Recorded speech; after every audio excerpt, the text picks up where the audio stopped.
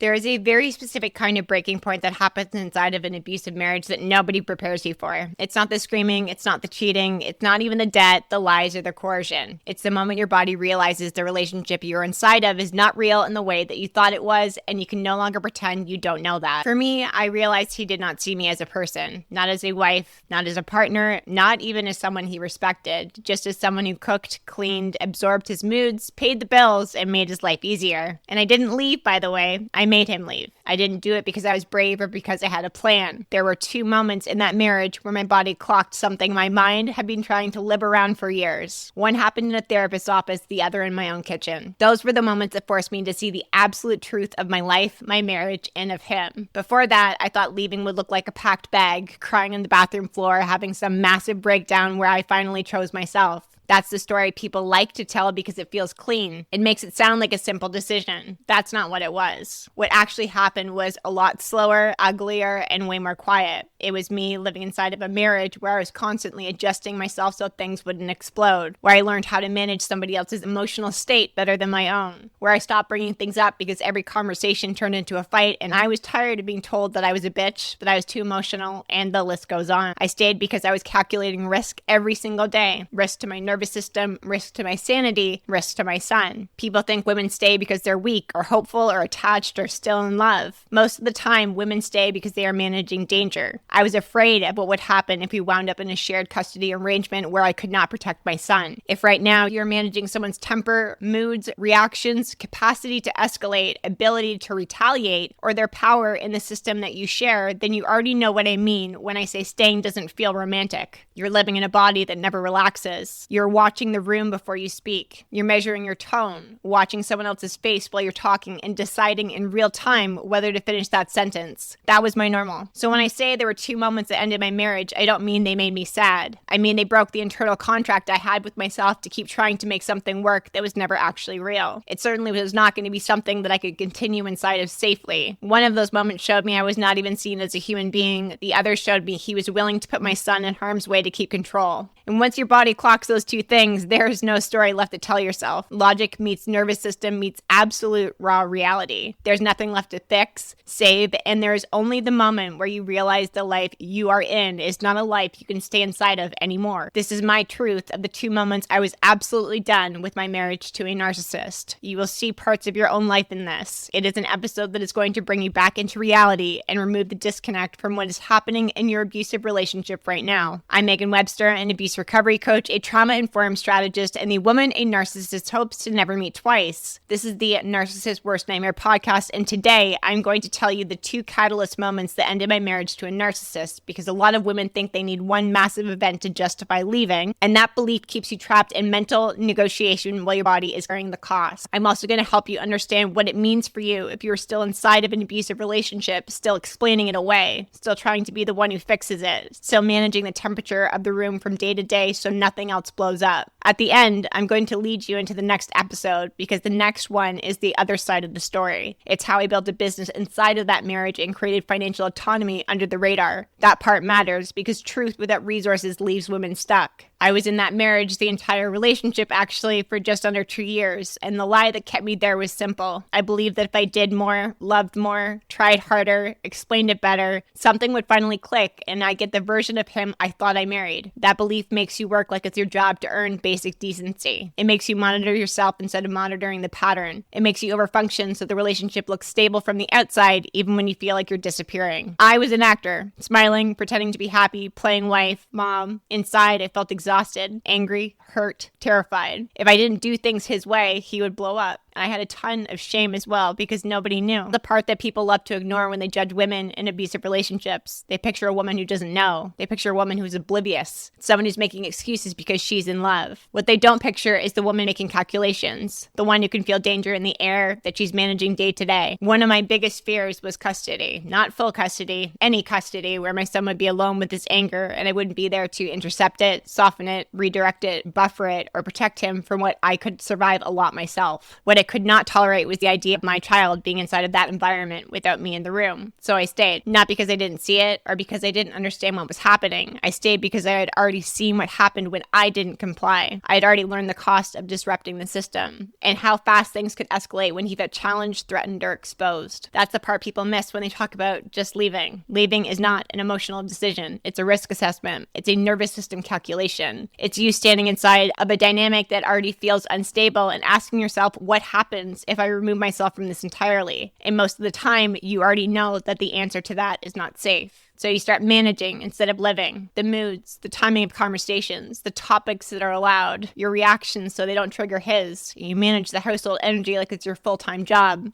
And the wild part is, over time, it becomes natural. You forget what it feels like to exist without scanning the room. You forget what it feels like to speak without watching someone's face, and what it feels like to relax inside of your own body. I wasn't in a marriage. I was in a containment system, and I kept telling myself I could hold it all together. I just needed one more conversation, more therapy session, one more breakthrough moment where he finally saw the impact of his behavior and took responsibility for it. What I hadn't realized yet is that I was already done. My mind had known long before my body was willing to accept it. The first moment my body caught up was in a therapist's office. I had begged him to go to marital counseling. He hated it. He resented me for it. Every session felt like I was dragging him into a room where he just did not want to be and then trying to convince him to care. I walked into that office every time with a sick feeling in my stomach because I knew I was about to sit across from someone who could punish me with silence, contempt, or performance. I was carrying hope and dread at the same time, and it was exhausting. It felt like trying to build a marriage with someone who saw the entire process as an inconvenience that I had created. We sat on the opposite ends of the couch. That detail still matters to me. The physical distance matched the emotional reality. I remember noticing the space between us and feeling something ugly in my chest, like grief mixed with embarrassment because I was there fighting for closeness beside someone who looked like he couldn't stand being near me. Every single session, the therapist started with the same question. What happened over the last week that you appreciate about each other? I felt like this question would be very simple in a loving marriage. Instead, it felt like a test he would fail on purpose. It felt like a spotlight on the whole thing, just to be mean. The therapist's question wasn't even the painful part. It was the way that he responded, like he was forced to give an answer and he wanted me to feel that. Most of the time, his answers sounded fine on the surface.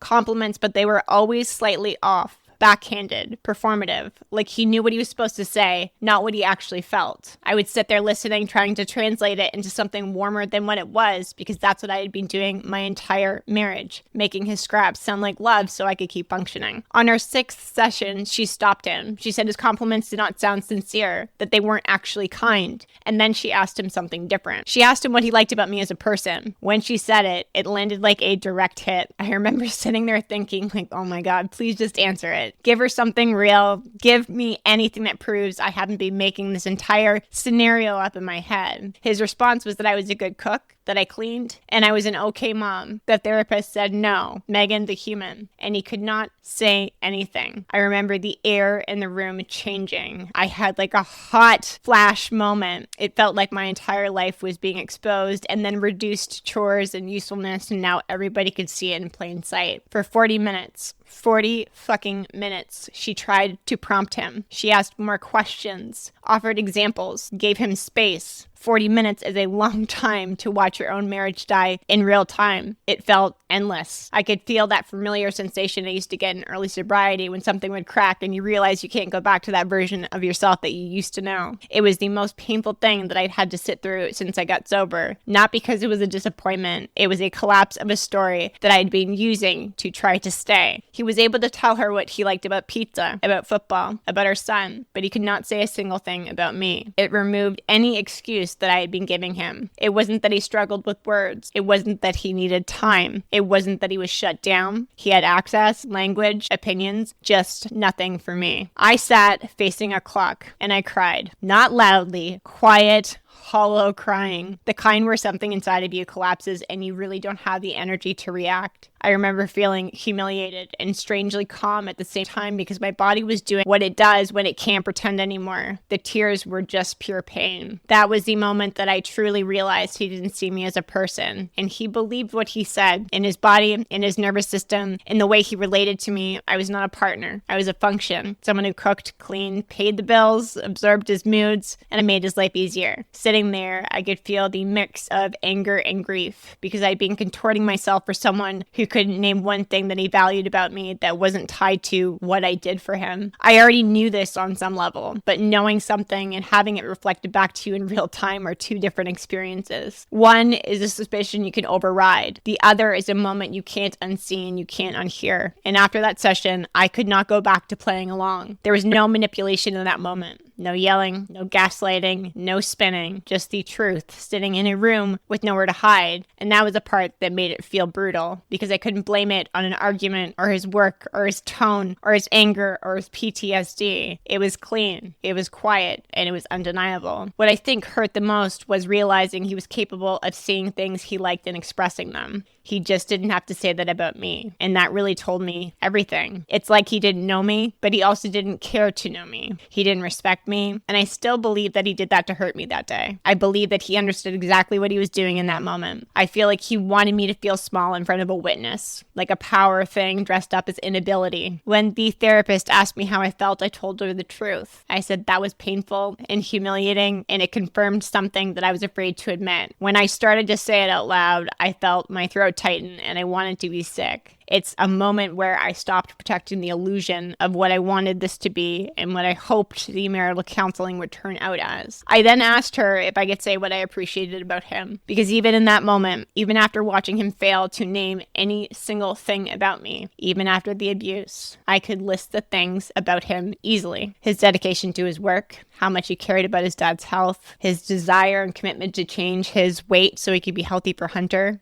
And I could do that because I'd been doing it for years. I'd been translating him into someone more lovable than he actually was because I thought that was what devotion looked like. I thought that's what a marriage was. In that moment, I heard myself and I realized I'd been carrying the emotional weight of two people. And that's where I started to know there was an imbalance. I was fighting for something that didn't exist with someone who did not give a single fuck about me. That sentence is not me being harsh. It was the clarity that I needed that came through my body in that office because nothing about that moment could be rebranded into hope. We drove home in silence, and that was the day that I moved downstairs to the basement. I remember the car ride feeling like a funeral with no one saying the word of death. My eyes were swollen, my chest hurt, and I stared out the window because I couldn't look at him. I couldn't ask a question. I knew it had ended, and I also knew that I had to live inside the aftermath while still sharing a house with him at this time, and my brain was not able to grasp a plan. Moving downstairs was just something I needed to do. And I've said this before on social media, but it felt so eerily familiar to my parents' marriage. I still remember the day on the BC trip where my mom moved downstairs afterwards. Me choosing to create space, it felt quiet in a clinical way that makes you make a decision when your body's already decided for you. I did not want a conversation about it because I could not tolerate him lying or twisting it into something I had caused or something he would laugh off later. I just couldn't sleep next to him anymore. I couldn't keep living a bold-faced lie. He did not deserve to be near me. It was a boundary my body set without asking my permission. It's something I could feel in my soul. The way that my chest tightened and I pictured climbing into bed again like nothing happened. I wanted space. Not just emotional space, but physical space. A statement. A place in the house that was not saturated with his energy, his moods, and his volatility. That basement room was not fancy. It was not some big, empowered reset. It was small, real, and imperfect. And it was the first time in a long time where I could sit somewhere and not feel like I was waiting for him to enter the room and fuck it all up. The room downstairs felt like oxygen. It was quiet, it was mine, and it was untouched from the abuse and the constant tension that I'd been living inside. But it still hurt. It hurt because space makes you feel what you've been overriding. It hurt because the quiet did not fix anything. It just removed the noise I had been using to avoid grieving the truth. But the first time in a couple of years, my body could breathe.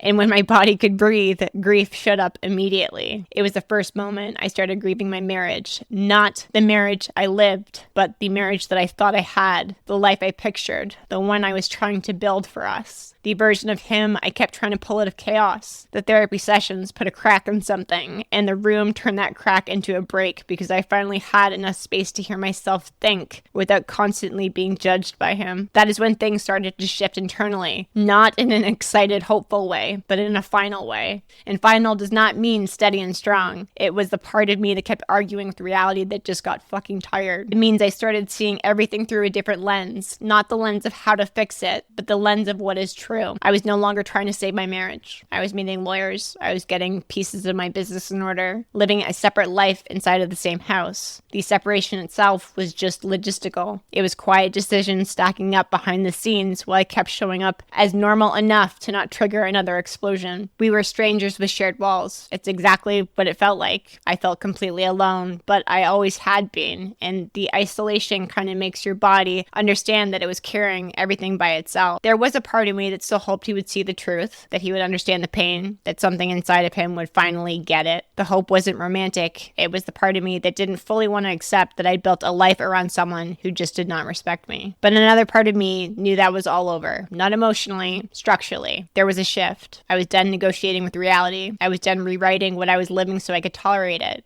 And the second moment that forced me to see more truth and take immediate action happened. The day I was finally done, I heard him screaming at Hunter from the kitchen, and I was downstairs in the basement. It was not a raised voice or a frustrated parent moment. It was rage. I could hear drawers slamming, things getting thrown, the sound of chaos bouncing off the walls, and Hunter crying in a way I had never heard before. It wasn't a whine or a tantrum. It was the kind of cry where he couldn't catch his breath. I ran upstairs to stop it, and the door between floors was locked. I grabbed the handle and pulled. Nothing. I tried again like I didn't pull hard enough. Nothing. My brain went hot and sharp, and all of a sudden I knew there was something that was very wrong. I opened the back door and ran to the front and typed in the key code. Wrong. I typed it in again, slower, because my hands were shaking, and I thought maybe I hit the wrong number. Wrong again. I wasn't typing it in wrong. It had been changed. I felt my stomach drop like I was falling through a floor. I sprinted to the back door, and he had now gone and locked that too. I was standing outside in my pajamas, no shoes on, snow under my feet, and I could still hear Hunter inside. I could still hear him crying the way that he was, and I couldn't physically get to him. That moment did something to me, not emotionally. My body snapped awake to a truth that I'd been managing around for a long time. This was not stress. This was not a bad morning. This was something I could not smooth over by being calm or careful or quiet. This was him, unchecked with my son, and he was using the fact that I couldn't get in now as part of it. I started yelling that I was going to call the police because I didn't know what else to do. I didn't even have my phone. He came to the back door and he laughed. He stood there laughing while I was standing outside in the snow, and Hunter was still inside crying. The laugh alone was its own kind of violence. It wasn't funny. It was power. It was letting me know that he could separate me from my child anytime he wanted, the way that he just did, and enjoy it. When he finally opened the door, the rage turned on me immediately. He started screaming at me the second the door moved. I didn't say anything back. I didn't defend myself. We were standing face to face. I didn't reason with them. I ducked under his arm. I grabbed Hunter and I took him straight into the living room. Hunter was shaking. He couldn't catch his breath. He was trying to explain something. His body was in shock. So I sat on the floor with him and regulated him in the way I learned how to do. I kept my voice low and steady. I held him. We stayed close. I did eye contact. We did deep breathing. I had to try to bring his body back down while his dad continued to yell and swear in the background like it was normal to terrorize other people. It took me almost an hour to get him back to baseline. An hour of watching my son try to calm down after being afraid of his own dad. The part that wrecked me the most was not the yelling. It was the way that Hunter's body reacted. That's what made it real in a way my brain could not negotiate anymore. When Hunter could finally breathe normally, I told my husband to leave the room so we could have breakfast and I could take him to school. When I got in the car on the way back, I called my best friend. I cried so hard I had to pull over. I told her what happened. I told her I'd been locked out of my own house while he screamed at Hunter. She told me to call the RCMP as she would. So I did. That was the day that I told him to leave because something inside me understood the clarity of the situation, that I would never forgive myself if Hunter got harmed in a way and I stayed quiet to try and keep things stable. It was a line, and that was a moment that became non-negotiable. Before that morning, there was already so much I tolerated. It didn't start in the kitchen. It was building for a long time. Emotional abuse, financial abuse, verbal abuse, constant blaming, the way that I got monitored and controlled, the way that I got demeaned and treated like the problem no matter what I did. There were plenty of moments where he stood over me, screamed in my face, spit flying. The size difference was crazy.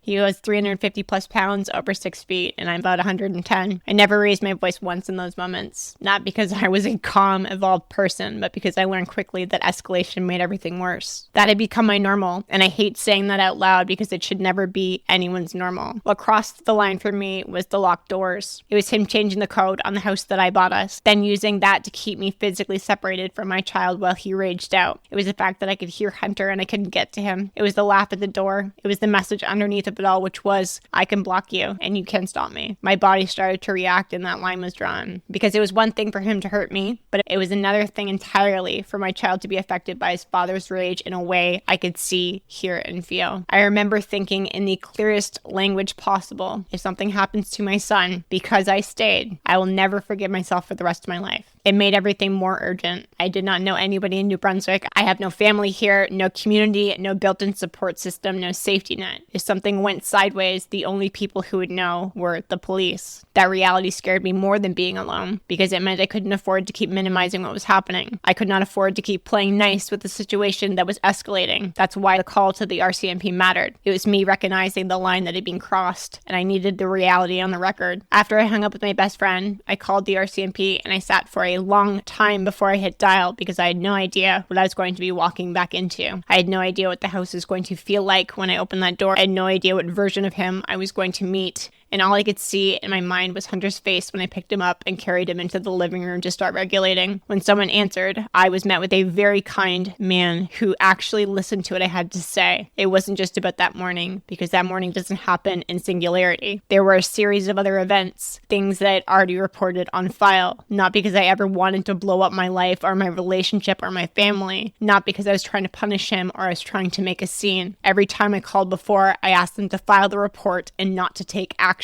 That detail matters because I want you to know where my head was. I was trying to create a paper trail while still managing the reality of living with him. I was still trying to protect myself and my son while still having to go back into the same house. I was trying to hold facts in one hand and fear in the other and pretend that was normal. This time, the officer said he never saw these situations get better. He said this was the third time we had had this conversation in less than 6 months. He said the attacks were no longer just on me. He said it was now towards my son, and that changed everything. Child services would need to be involved. He said it very point blank, that this was not just emotional abuse, it was escalating. He said that locking me out of my house and separating me from my son while he continued raging inside was escalation. Part of me was annoyed. I knew what was happening. I wasn't stupid. I wasn't looking for comfort, validation, or a pep talk. I needed them to know the reality because I had spent too long living inside of a system where everything got bent, minimized, argued with, or turned back on me, and I really did not trust my own instincts. The RCMP sergeant didn't question me. He didn't ask me what I did to provoke him. He didn't suggest to continue marital counseling. He told me this was serious, and he told me that these things do not end well. When we hung up, he agreed to not take action, but told me to call them back if when I arrived at home, things were worse.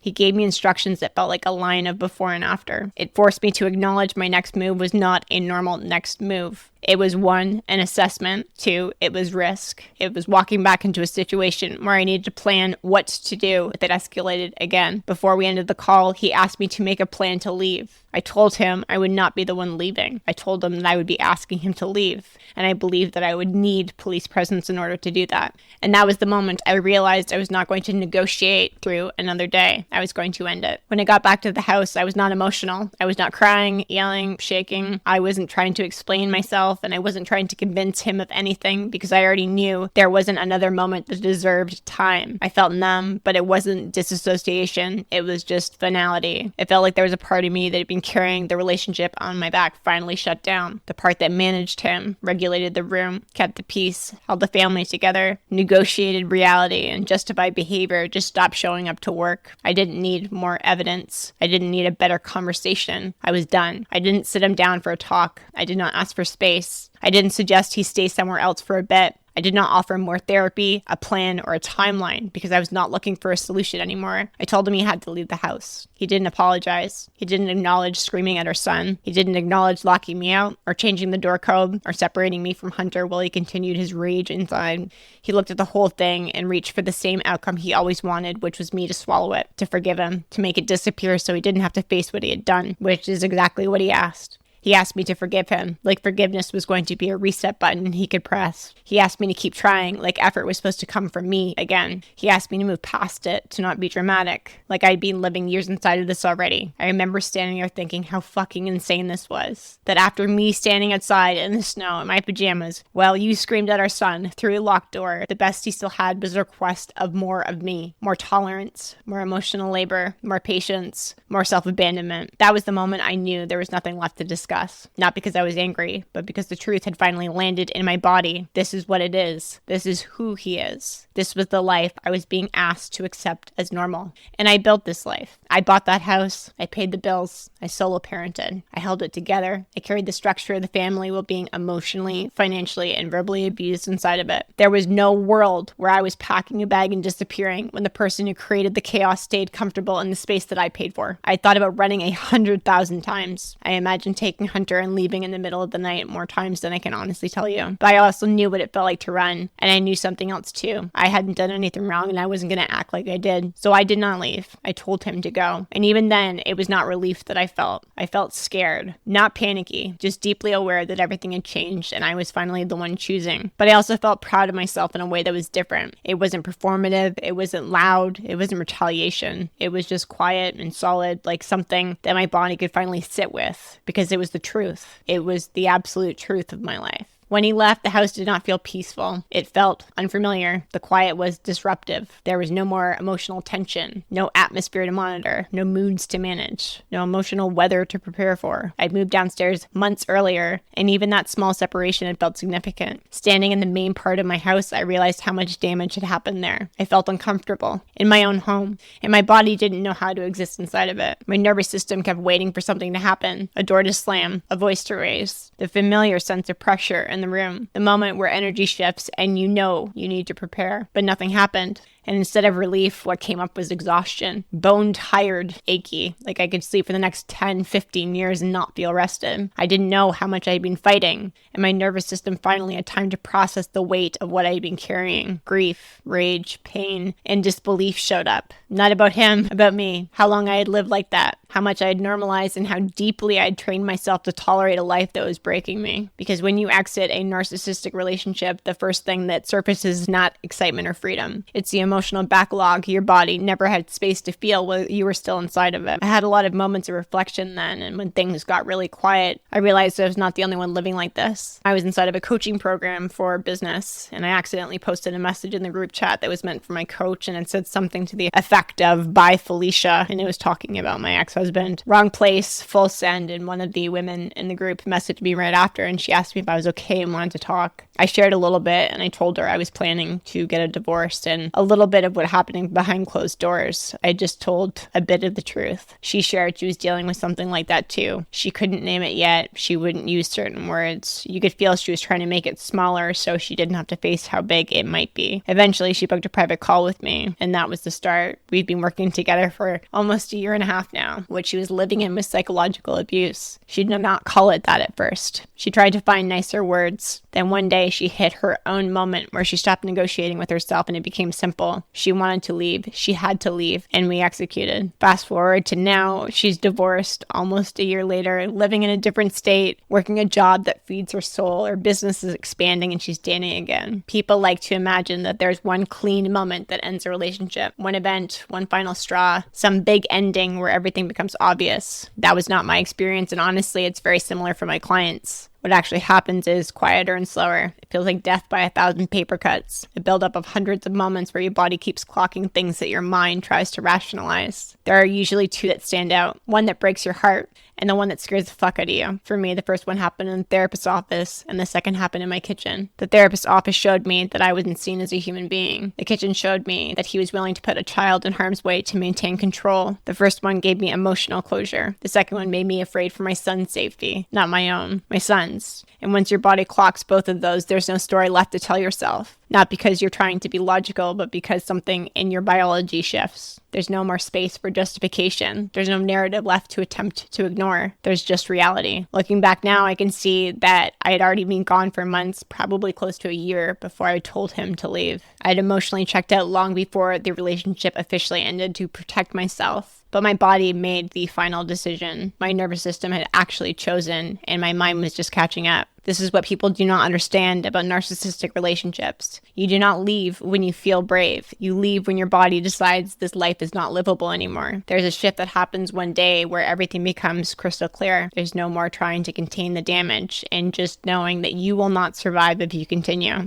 And no one can tell you about that moment and how it's supposed to happen. No therapist, no friend, no coach, no timeline, no parent. It happens when it happens. But when it does, there is no reversing that. If you are listening to this and your body feels tight or heavy or alert or unsettled in a way that feels familiar, that is not a coincidence. That's a recognition. You already knew what you were living inside. You already know how much you're managing. You already know how much you're tolerating. You do not need to wait for something more, a massive blowout, physical harm. You do not need to go to therapy to validate what your body already knows. You do not need to do the step before the step. You leave or you make them leave. It's your choice. Not when you feel confident, ready, or healed. When you decide this is not the life you're willing to keep inhabiting. Every single thing I was afraid of happened. Shared parenting, legal battles, financial stress, the version of a life that I thought I was building. But I am happier and healthier now than I ever was inside of that marriage. Because the cost of staying was higher than anything I faced by ending it. There is no single correct way to end a narcissistic relationship. Some people decide to leave. Others tell them to go. Some people have to disappear quietly. Other people need authority or systems to intervene. The only thing that actually matters is the moment your body stops cooperating with the lie, because now you have your ultimate truth. That is going to be a moment that changes everything. And it's not because you feel strong, because you finally want your own life more than you want to keep managing somebody else's. And once that happens, there's no going back, only forward. And it's terrifying. It's messy, especially when you don't know what's coming next. But you still choose you. And at that point, the alternative is no longer survivable. In the next few episodes, I'm going to continue to share the part of my truth that most people don't know. How I built a business while I was being emotionally, financially, and verbally abused. How I created financial autonomy while inside of a system that was actively trying to shrink me. How money rewired my nervous system more than therapy ever did. And how that became my real exit strategy. Not just from my marriage or from abuse, but from the version of myself I was never meant to stay trapped inside. This is Forged in the Fire. If this episode cracks something open, it's because you recognize yourself in it. Not in my details, but the pattern. The moment you realize you're not being seen as a person. The moment you realize your kids are being impacted, something inside of you goes cold and clear. If you have been minimizing, bargaining, explaining, trying to be the good one so it doesn't blow up, this is your wake-up call. Please share this with a woman who keeps talking herself out of what she already knows. Follow so you don't miss the next one, and send me a DM on Instagram to tell me what line hit you the most. This is the Narcissist Worst Nightmare podcast.